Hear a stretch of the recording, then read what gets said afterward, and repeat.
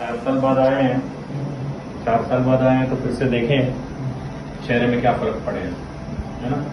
4 साल में काफी फर्क पड़ गए थे, ये वाला लाइन, ये वाली लाइन, तो हमने अभी थोड़े बहुत चीजें की हैं।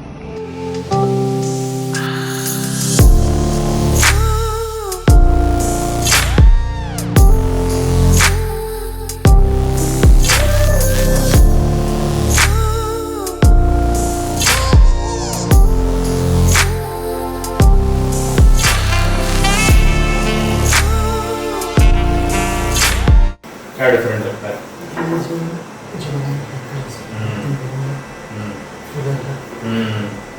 टाइटर है, जितना ये लूज हो गया था वो सब ये हो गया है।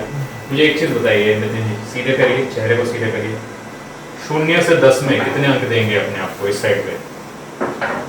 इस साइड पे 5, इसमें 10। Very good, very nice, looking very nice.